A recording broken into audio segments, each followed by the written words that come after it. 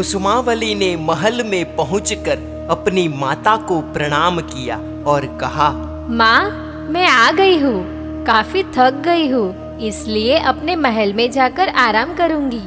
वहाँ अपने दंत वल्लभिका नाम के महल में चली गई और उसके साथ प्रियंकरा और अन्य 2 सहेलियां भी चली गई। कुसुमावली को आज एकांत चाहिए था। उसने सहेलियों से कहा, तुम सब अपने अपने घर जाओ, मैं भी अब आराम करूँगी।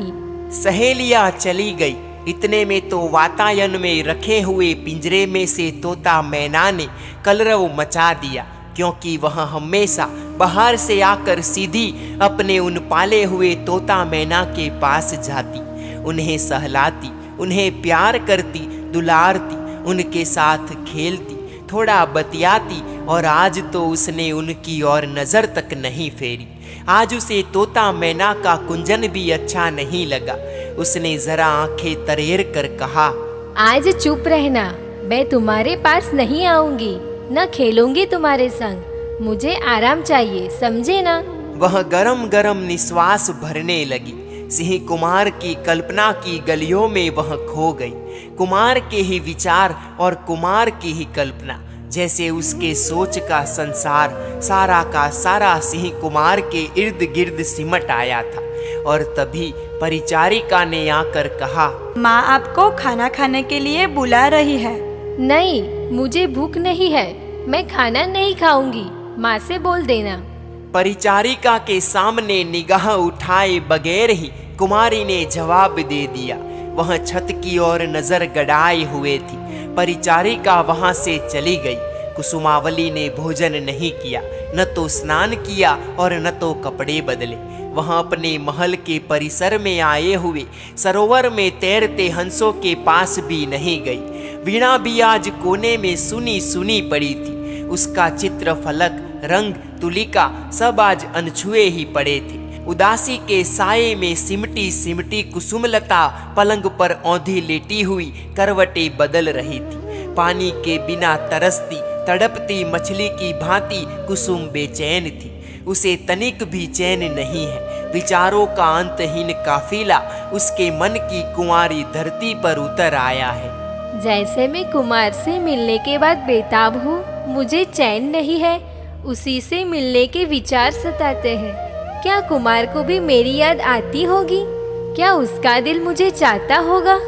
हाँ, लता मंडप में उसने जो उद्गार प्रकट किए थे, प्यार भरी आंखों से मेरी ओर देखा था, उसमें तो मेरे लिए प्यार था, अपनापन था। पर वह तो बड़े राजा का कुंवर है, किसी अन्य राजकुमारी के साथ उसकी सगाई तो नहीं हुई होगी। मैंने प्रियंकरा से पूछ लिया होता तो ठीक था, और शायद उसकी सगाई नहीं भी हुई हो तो क्या वह मेरे साथ शादी करना कबूल करेगा भी? मेरे पिताजी और उसके पिताजी वैसे तो गहरे दोस्त हैं, फिर भी दोनों समान राजा नहीं है। मेरे पिताजी कुमार के पिताजी के आज्ञाकारी राजा है, इसलिए कुमार के पिताजी तो कुमार के लिए उनके समकक्ष राजा की कन्या ही पसंद करेंगे ना। यदि ऐसा हुआ तो फिर मेरी जिंदगी का क्या मतलब? मेरे लिए फिर मौत के अलावा कोई चारा नहीं रहेगा। ओ भगवान, यह तूने क्या कर दिया? मैं आज उद्यान में जाती ही नहीं तो अच्छा रहता। कम से कम प्रेम की यह अगन तो मेरे दिल को जलाती नहीं। कुछ समझ में नहीं आ रहा, यह क्या हो गया है मुझे? इस कुमार ने क्या जादू कर दिया है मेरे दिल पर? क्या उसने मंत्र मार दिया है? मैं ही पागल हुई जा रही हूँ उसके रूप, रंग और खूबसूरती पर। कितना मोहक और आकर्षक व्यक्तित्व है उसका, कोई कमी ही नजर नहीं आती उसमें। कुसुम आगे न सोच सकी।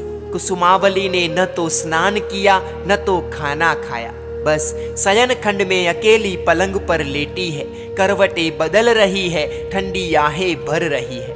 यह सारा वाक्या उसकी धाव माता की चकोर निगाहों से छुप न सका। उसने अपनी बेटी मदन रेखा को बुलाया।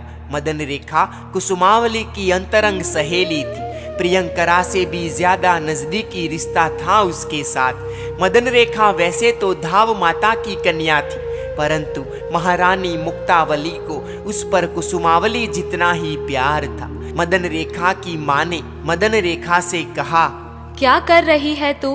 कहाँ घूम रही है? मैं महल में ही हूँ माँ, महारानी का काम कर रही थी। तेरा अभी कुसुमावली के पास रहना जरूरी है। आज शाम से जब से वो बगीचे से आई है एकदम अस्वस्थ है, बेचैन है। ना तो स्नान किया है ना खाना खाया है। सहेलियों से बतियाना भी भूल गई है। पलंग में सोई सोई आहें भर रही है। क्या हो गया है उसे भगवान जाने। तू जरा जा उसके पास और उसके मन की बात का पता लगा। आखिर मांजरा क्या है? मदन रेखा कुसुमावली के शयन कक्ष के द्वार पर पहुंची। उसने पूछा, कुसुम, मैं भीतर आ सकती हूँ? हाँ, आजा। एक ही शब्द में जवाब मिला और मदन रेखा भीतर सरक आई। राजकुमारी के पलंग पर बैठकर उसने कुसुमावली के सिर पर हाथ सहलाया। कुसुमावली मौन थी, एक शब्द भी बोल नहीं रही थी। उसकी आंखें मुंदी हुई थी। 2-5 मिनट खामोश रहकर मदन रेखा ने पूछा, कुसुम, तेरे चेहरे पर इतनी बेचैनी, थकावट क्यों है? मदन रेखा का स्वर अपनापन की नमी से आर्द्र हो उठा था। तुरंत कुसुमावली पलंग पर बैठ गई। दोनों हाथों से अपनी केश राशि को ठीक करती हुई कुछ मुस्कुराने की कोशिश करती हुई वह बोली, तुझसे भला क्या छुपाऊंगी मैं? तुझसे न कह सकूं वैसा होगा भी क्या भला? फिर भी मन की बात होठों पर न आ सकी। उसने बहाना बताया, आज बगीचे में घूमे, फल तोड़े, जरा थकान लगी है, कुछ तपीस भी है शरीर में, बुखार सा लगता है। उसके अलावा उद्वेग का कोई विशेष कारण नहीं है। ओ, इतनी सी बात। ले, मैं तुझे पान बनाकर लाकर देती हूँ, तू उसे मुंह में रखकर सो जा। मैं तुझे पंखा जलती हूँ, अस्वस्थता दूर हो जाएगी। अरे पगली, मेरी ऐसी बेचैनी में तेरी पान सुपारी से क्या होने वाला है? तू एक काम कर, अपने कदली गृह में जा, वहाँ पर ठंडक होगी। मेरे लिए फूलों की सेज लगा, मैं वहाँ आकर आराम करूँगी। अभी तैयार करती हूँ पुष्पसैया। मदन रेखा त्वरा से महल के पिछवाड़े के बगीचे में चली गई। वहां पर कदली वृक्षों की छाव में कमल पत्रों की सैया रचाई। कुसुमावली आकर उस सैया पर लेट गई। मदन रेखा ने उसे पान दिया, उसके मुंह में ही ठूस दिया। उसके दोनों हाथ अपनी हथेलियों में बांधती हुई गहरी आत्मीयता से कहा, कुसुम, मुझे एक गुप्त बात करनी है तुझसे। बोल, तू मुझे नहीं कहेगी तो और किसे कहेगी तेरे मन की बात? पर तू गुस्सा तो नहीं करेगी ना, क्योंकि आज तक मैंने यह बात तुझसे छुपाई है। अरे वाह, गुस्सा तो करूंगी ही, तेरे इन गालों में चुटकी भी भरूंगी। ठीक है, जो करना हो सो करना, परंतु मुझे अपने मन की बात तुझे करनी ही है। अब मेरा दिल इस बोझ को अकेले नहीं सह सकता। तो कह देना जो कहना हो, कभी की बतियाए जा रही है। अपने महामंत्री सुबुद्धि है ना, उनके पुत्र को तूने देखा है? शायद नहीं देखा तूने। उसका नाम है अनंत। हम दोनों के बीच प्रेम हो गया है। एक दूसरे के बगैर हम नहीं रह सकते। हम शादी करना चाहते हैं, पर क्या यह संभव है? अरे मदन, तूने यह क्या गजब कर दिया। महामंत्री को पता लग गया तो सबसे पहले तो वह तुझे और तेरी माँ को यहाँ से निकाल देंगे। फिर अनंत की भी खैर नहीं रहेगी। कुछ तो सोचना था, यह तुमने अच्छा नहीं किया। पर अब हम क्या करें? तू कुछ रास्ता दिखा। अभी नहीं, अभी तो मैं स्वयं ही अस्वस्थ हूँ। स्वस्थ होने दो मुझको, फिर कुछ सोचूंगी तुम्हारे बारे में। कुछ न कुछ रास्ता तो निकालना ही होगा मेरी प्यारी सहेली के लिए। ठीक है, पर एक बात तो बता, आज तू बगीचे में घूमने के लिए गई थी, वहाँ कुछ नया देखा क्या? कुछ आश्चर्यजनक, कुछ अनोखा देखा क्या? कुसुमावली ने मदन रेखा के सामने देखा। वह पुष्पसैया में बैठ गई। उसने मदन रेखा के गले में बाहें डालते हुए कहा, मदन, आज मैंने बगीचे में रति रहित कामदेव को देखा, रोहिणी के बिना चंद्र को देखा, इंद्राणी के बगैर इंद्र को देखा। कौन था वह? वह थे महाराज पुरुषदत्त के पुत्र सिंह कुमार। जैसे कि रूप का भी रूप, लावण्य का भी लावण्य, सौंदर्य का भी सौंदर्य और यौवन का भी यौवन। यह आश्चर्य मैंने देखा। अच्छा, तो यह बात है। और उस आश्चर्य ने मेरी सहेली की ये हालत कर डाली है। सच, मेरी सहेली के दिल में कुमार बस गया है। सही बात है ना? सही बात है तेरी। मैं तो मन ही मन उसकी हो चुकी हूँ। मैंने मन ही मन उसका वरण कर लिया है। कुसुम, तेरी पसंदगी को तो दाद देनी होगी। वह कामदेव है तो तू रति से कम नहीं, वह चंद्र है तो तू रोहिणी से कम नहीं, वह इंद्र है तो तू इंद्राणी से कम नहीं है। रूप, सौंदर्य और लावण्य में तू उससे भी बढ़कर है। सचमुच तेरा अनुराग योग्य व्यक्ति से जुड़ा है। मैंने तो कई बार राजकुमार को देखा है, उसके शौर्य की ढेरों कहानियां भी सुनी है। कुसुम, तू धैर्य रख। कुल देवताओं को तूने सच्चे दिल से पूजा है, वे तेरे मनोरथ अवश्य पूर्ण करेंगे। तेरी मनोकामनाएं जरूर पूरी होंगी। और एक बात कहूँ, सीकुमा ने तुझे आज पहली बार ही देखा है ना? जरूर वे तेरे प्रति आकर्षित हुए ही होंगे। तेरे लिए उनके दिल की धरती पर अनुराग के अंकुरे फूटे ही होंगे। और यदि वह चाहेंगे तुझसे शादी करना तो अवश्य अपनी माँ से बात करेंगे। क्या तू सच कह रही है? हाँ, पुरुषों को ऐसी बात करने में शर्म महसूस नहीं होती। हम स्त्रियां ऐसी बात करते हुए लाज से मर जाती है। तेरी बात सही है। मेरे दिमाग में यह विचार कौंधा था कि मैं माँ से कहूँ मुझे सिंह कुमार के साथ शादी करनी है, परंतु नहीं नहीं, ऐसी बात करने के लिए मेरे तो होठ ही नहीं खुलेंगे।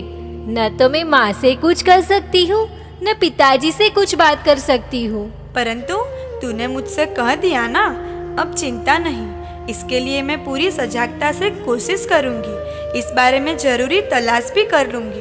अरे, तू केवल बातें ही जानेगी या कुछ करेगी भी? पहले यह पता तो लगाना होगा कि सिंह कुमार क्या सोच रहे हैं। उनकी यदि इच्छा होगी तो यह कार्य अवश्य होगा। इतना ही नहीं, बड़ी सरलता से होगा। वह क्यों भला?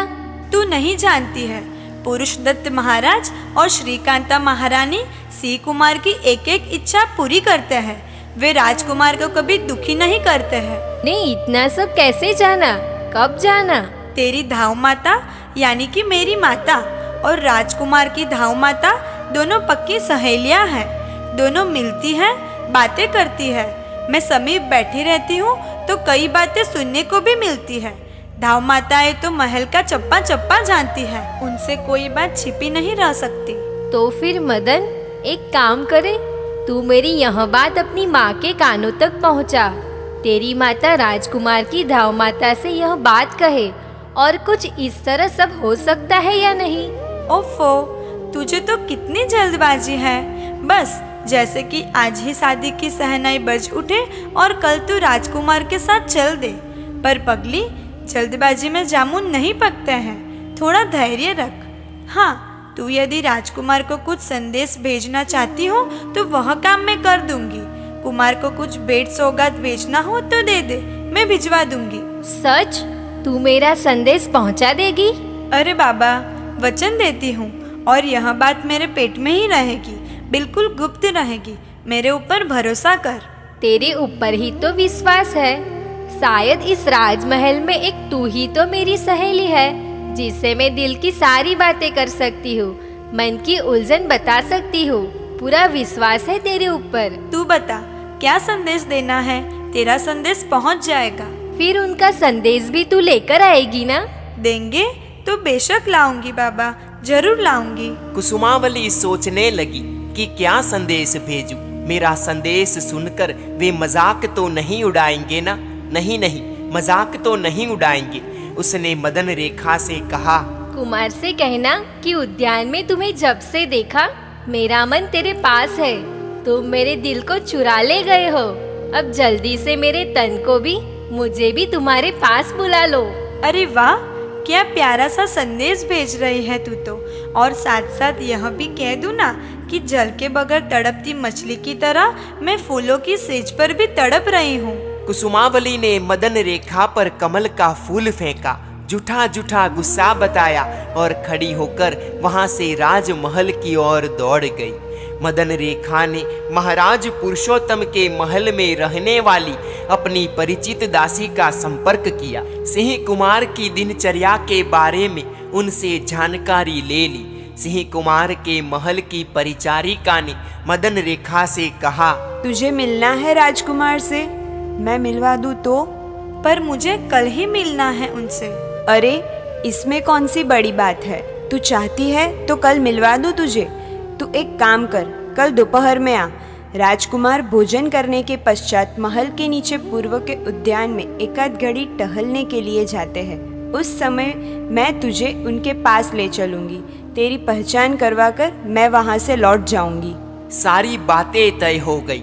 मदन रेखा तय किए हुए समय पर सिंह कुमार के महल में पहुंच गई। परिचारिका वसंता से मिली। वसंता ने इशारे में उसे समझा दिया कि सब कुछ तय हो चुका है। सिंह कुमार नित्य क्रम के मुताबिक भोजन से निवृत्त होकर राजमहल के पूर्व दिशा में उद्यान में टहलने के लिए निकले थे। वसंता मदन रेखा को लेकर वहां पहुंच गई। सिंह कुमार ने दोनों को देखा और वे रुक गए। दोनों ने आकर सिंह कुमार को प्रणाम किया। वसंता ने कहा, यह मदन रेखा है, महाराज लक्ष्मीकांत की राजकुमारी कुसुमावली की निजी सहेली है। यह आपसे मिलना चाहती है। इतना कहकर वसंता वहां से चल दी। मदन रेखा ने राजकुमार का पुनः अभिवादन किया और कहा, राजकुमार, मेरी स्वामिनी कुसुमावली का मन तो आपने चुरा लिया है। अब वह आपके ही विचारों में खोई रहती है। वह आपको पाने के लिए तरसती धरती की भांति चाहती है। आपके विरह में वे जल रही है। बस इतना संदेश आपको देने के लिए मैं यहाँ पर आई हूँ। मदन रेखा, जैसी उसकी दशा है वैसी ही मेरी स्थिति है। उसे कहना, मैं भी उसे दिल से चाहता हूँ। कुछ ही दिनों में मैं उससे मिलूंगा, तब वह मुझे उसके द्वारा चित्रित श्रेष्ठ चित्र बताए। कुमार ने गले से कीमती रत्नहार निकालकर मदन रेखा को भेंट दिया। मदन रेखा का हृदय खुशी से पुलक रहा था। वह उल्टे कदम वहां से लौट गई। उसे राजकुमारी को खुश खबर जो सुनानी थी